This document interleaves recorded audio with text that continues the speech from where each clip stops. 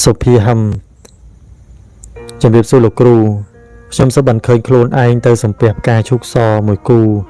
និយាយថានៅជាមួយខ្ញុំនឹងហើយតាមមាននេះដូចម្ដេចផ្កាឈូកសគឺតំណាងឲ្យតួអង្គណាតំណាងឲ្យតួអង្គញៀនដែលគេមកថែរក្សាយើងបងប្អូនធ្លាប់ឮហើយថាមានព្រះនាងឈូកសមានតួអង្គទេពធីតាឈូកសជាដើមណាហើយទេពធីតាឈូកសនេះមិនមែនមានតែមួយអង្គទេគឺមានច្រើនគ្រាន់តែថាមានតាមតួនាទីតាមឋានៈនិងមានព្រះនាមផ្សេងគ្នាអញ្ចឹងការសុបិននិមិត្តនេះគឺបញ្ជាក់ថាមានតួអង្គដែលគាត់មកថែរក្សាណាគ្រងនៅជាមួយយើងនឹងឯងសុទ្ធិបន្ទាយបញ្ជ័យ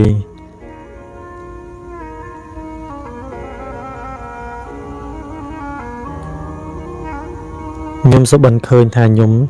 ជាគ្រូព្រឹទ្ធធាចាតើមានន័យដូចលោកគ្រូសង្សារវដ្តដ៏វែងឆ្ងាយបងណាការកើតការស្លាប់របស់យើងនេះជាដំណើរវដ្តដាក់អញ្ចឹងគ្រប់ភពគ្រប់ជាតិរបស់យើងគឺតែងតែមានកំណើតផ្សេងទៅតាមឧបាយនិងវិបាកកម្មរបស់សត្វលោកយើងម្នាក់សុទ្ធតែធ្លាប់កើតជាមន្ត្រីសេដ្ឋីអង្គញាស្ដេចណាបណ្ឌិតព្រឹទ្ធាចារ្យសុទ្ធតែជាការសន្សំឧបនិស្ស័យជាបន្តអញ្ចឹងការនិមិត្តឲ្យឃើញហ្នឹងគឺជាការទាញណាទាញបណ្ដាលឲ្យយើងដឹងនៅញាណដឹងនៅរឿងរ៉ាវអតីតរបស់យើងខ្លះថាយើងធ្លាប់មានឧបនិស្ស័យបានធ្វើអីការជាអីគឺមាននៅក្នុងនិមិត្តនៅក្នុងសុបិនហ្នឹងតែម្ដងណា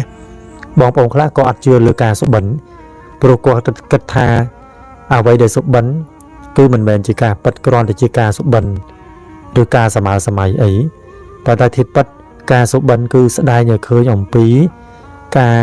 ប្រែប្រួលការវិវត្តហើយនឹងគេហៅថាវិបាករបស់ចិត្តមួយដួងដែលវាផុសឡើងដែលវាបង្ហាញតាមរយៈការសុបិនឲ្យយើងបានឃើញកាលណាតែយើងជាប់ប្រកាន់នៅក្នុងរូបណាមួយជាប់ប្រកាន់នៅក្នុងសម្លេងណាមួយ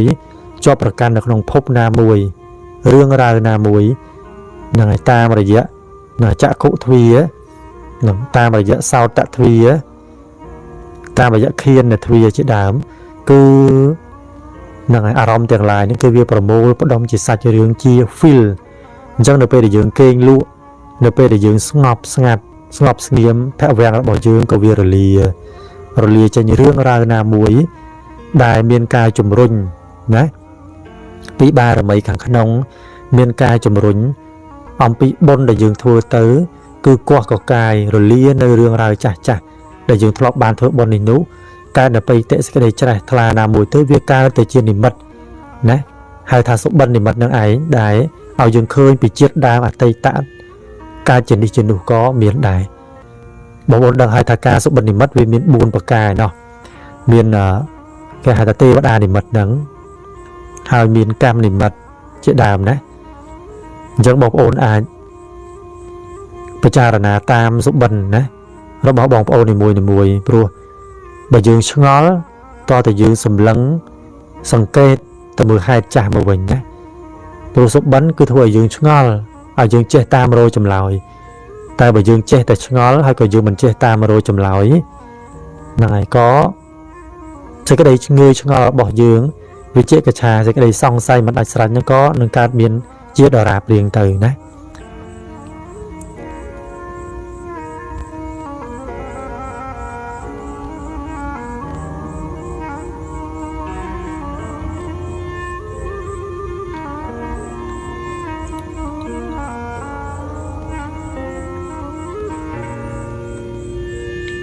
ទេវមជូនពរលោកគ្រូជាសះស្បើយពេលណាមកលេងសៀមរាបទេលោកគ្រូបើបានមកលោកគ្រូមកលេងផ្ទះខ្ញុំផងបាទបងមិនដឹងថាពេលណាបានទៅខាងខេត្តសៀមរាបទេណាបើសិនជាទៅហ្នឹងហើយមានឱកាសណានឹងបានទៅលេងទីតាំងកន្លែងបងហ្នឹងណាព្រោះគាត់ថាมันឆ្ងាយគ្នាប្រហែលទេ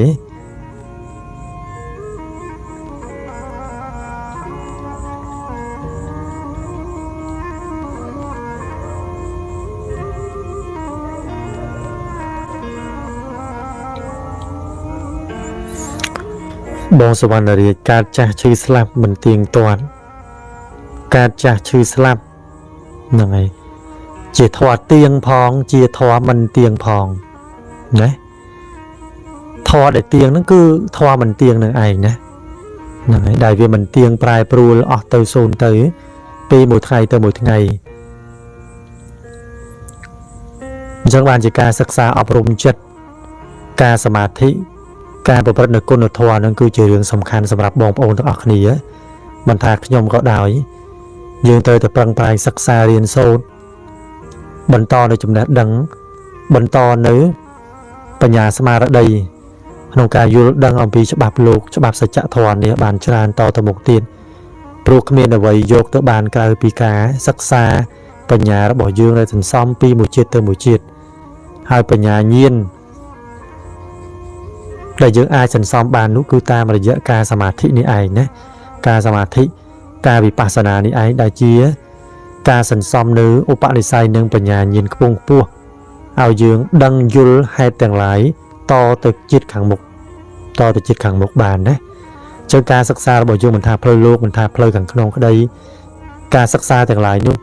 នឹងនាំជាបច្ច័យនឹងនាំជាការតែចំណេះដឹងក្នុងញាណរបស់យើងបន្តទៅជាតិភពខាងមុខបើសិនជាជាតិនេះយើងមិនសូវបានសិក្សារៀនសូត្រយល់ដឹងពីសច្ចធម៌មិនយល់ស្គាល់អំពីអ្វីដែលហៅថាធម៌ពិតអញ្ចឹងពេលដែលយើងកើតទៅជាកំណើតអមនុស្សក្តីកើតទៅជាមនុស្សក្តីគឺថាយើងនឹងខ្លាយទៅជាអមនុស្សដែរខ្វះបញ្ញាខ្វះការយល់ដឹងខ្លាចជាទេវតាដែលខ្សោយបញ្ញាខ្សោយការយល់ដឹងនោះយើងមិនអាចមកសង្គ្រោះញាតិនឹងមិនអាចនឹងសង្គ្រោះខ្លួនឯងបានឡើយ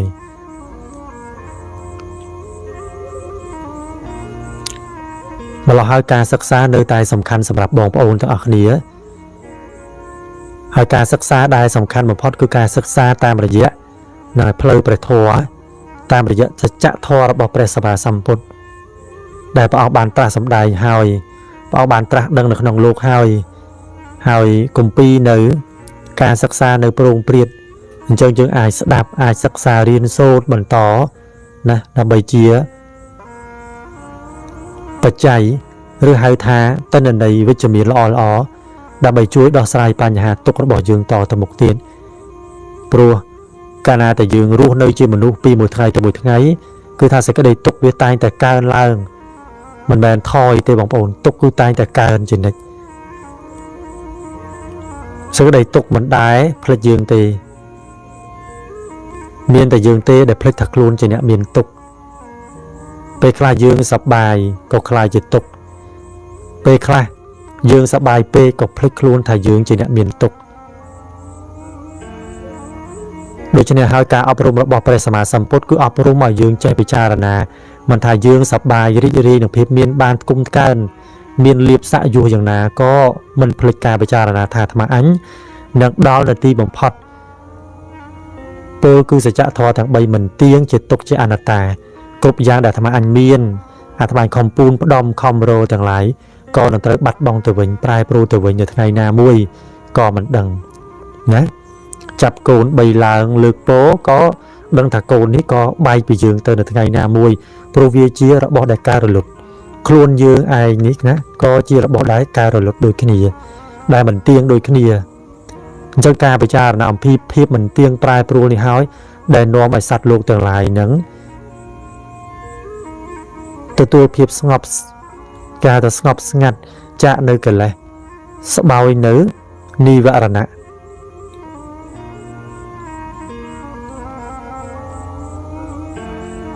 ហើយធ្វើឲ្យសត្វលោកទាំងឡាយហ្នឹងគឺថយនៅការគិតអាក្រក់ទាំងឡាយហើយប្រែប្រួលមកការធ្វើជាល្អវិញព្រោះដឹងថាអ្វីមិនទៀងប្រែប្រួលគង់តែវិនិច្ឆ័យអស់ទៅសូន្យទៅអញ្ចឹងគឺគាត់នឹងមានការភ័យខ្លាចអញ្ចឹងមានតែការប្រឹងធ្វើល្អសាងល្អតទៅមុខទៀតបើសត្វលោកទាំងឡាយមិនដែលពិចារណាឃើញថាខ្លួនឯងជាអ្នកកើតរលត់ផងមិនដែលពិចារណាឃើញថាខ្លួនឯងជាអ្នកស្លាប់ផងមិនដែលពិចារណាឃើញថារូបខ្លួនឯងនេះ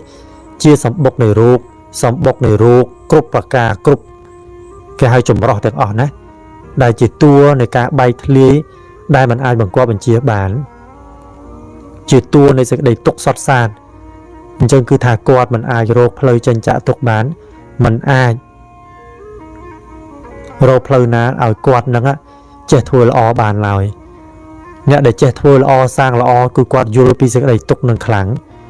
យល់ពីពាវេរានឹងខ្លាំងយល់ពីដំណើរនៃធម្មជាតិនឹងខ្លាំងអ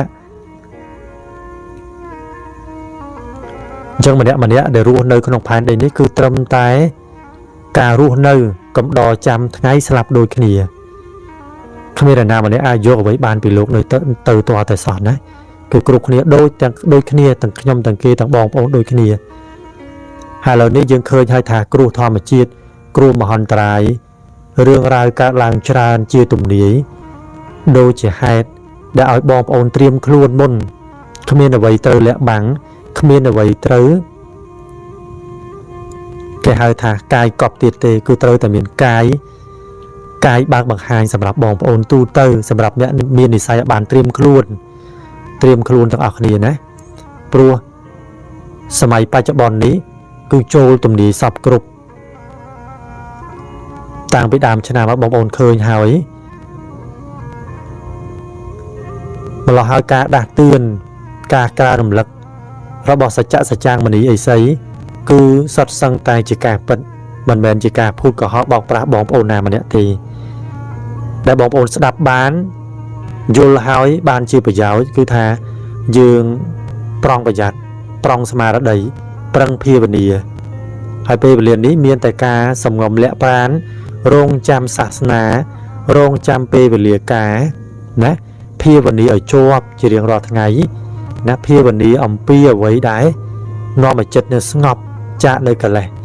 ភាវនាអំពីត្រៃលក្ខធម៌អនិច្ចំទុក្ខំអនត្តាមិនទៀងជាទុក្ខមិនមានអីជារបស់ខ្លួនភាវនាធ្វើយ៉ាងណាឲ្យចិត្តចេះព្រមចេះស្ងប់កុំឲ្យចិត្តមានការតក់ស្លុតព្រោះទៅមុខទៀតគឺមានតែរឿងរ៉ាវតក់ស្លុតភ័យរន្ធត់ញាប់ញ័រព្រោះការស្លាប់ការរែងសម្អាតមនុស្សគឺមានទូទាំងសកលលោកមិនថាជាតិសាសនាក៏ដោយ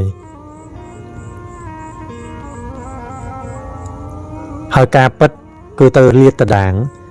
ការពិតគឺបងប្អូនអាចតាមដានមើលដោយខ្លួនឯងអញ្ចឹងបើយើងមិនខំប្រឹងភាវនាទន្ទិញណាពុទ្ធោអរហង្គយកព្រះពុទ្ធជាទីពឹងយកព្រះធម៌ជាទីពឹងណាมันបានឲ្យយើងនឹងសម្រាប់អំពីការគិតច្បុកច្បល់នៅក្នុងផ្លូវលោកយៈឡើយគឺធ្វើឲ្យយើងនឹងដុកដាំមួយថ្ងៃគឺគិតច្បុកច្បល់គេហៅថាឆេះដូចភ្លើងមួយថ្ងៃគឺថាគិតទៅគិតមកគឺគិតតែពីរឿងមាននឹងរឿងមានរឿងបានរឿងបាត់រឿងបងมันបានគិតថាខ្លួនឯងនេះនឹងរស់បានប្រហែលថ្ងៃទៀតมันគិតថាខ្លួនឯងនេះនៅសល់ពេលប្រហែលទៀតដែលត្រូវអស់ជីវិតមិនមែនថាតតគ្រូទំនីមកទៅយើងស្លាប់ទេតែខ្លួនយើងនេះជាអ្នកស្លាប់ស្រាច់បាច់ទៅហើយស្លាប់គ្រប់ខណៈមិនថាដេកដើរឈរអង្គុយសុទ្ធតែអាចស្លាប់គ្មាននរណាម្នាក់អាចដឹងថាខ្លួនឯងស្លាប់ថ្ងៃណាស្លាប់ពេលណាស្លាប់ម៉ោងណាស្លាប់វេលាណាទេអាសេចក្តីមិនដឹងនឹងហើយដែលព្រះហៅថាមិនទៀងព្រោះមិនដឹងថាខ្លួនយើងនេះមានកម្មអីត្រូវទទួលវិបាកណាខ្លះនៅក្នុងថ្ងៃស្អែកថ្ងៃខាងស្អែកថ្ងៃខាងមុខអញ្ចឹងល្មមដល់ពេលវេលាដែលបងប្អូនអ្នកមានឧបនិស្ស័យមិនថាទូអង្គក្តីមិនថាមនុស្សលោកក្តីបើជ្រុលជាដើរផ្លូវខុសជ្រុលជាដឹកនាំគេទៅរកផ្លូវខុសហើយគួរកែប្រែចិត្តគំនិតព្រោះពេលវេលានេះបើសិនជាពួកអ្នកទាំងឡាយខំប្រឹងលើកដំកើងខ្លួនឯងខំប្រឹងអួតអំនួតអ្នកទាំងឡាយនឹងត្រូវទទួលបាបទទួលពៀទទួលកម្មដោយពាក្យគេតែនិយាយថាសូមកុំយកបាបដាក់ខ្លួនកុំយកពៀវេរាដាក់ខ្លួន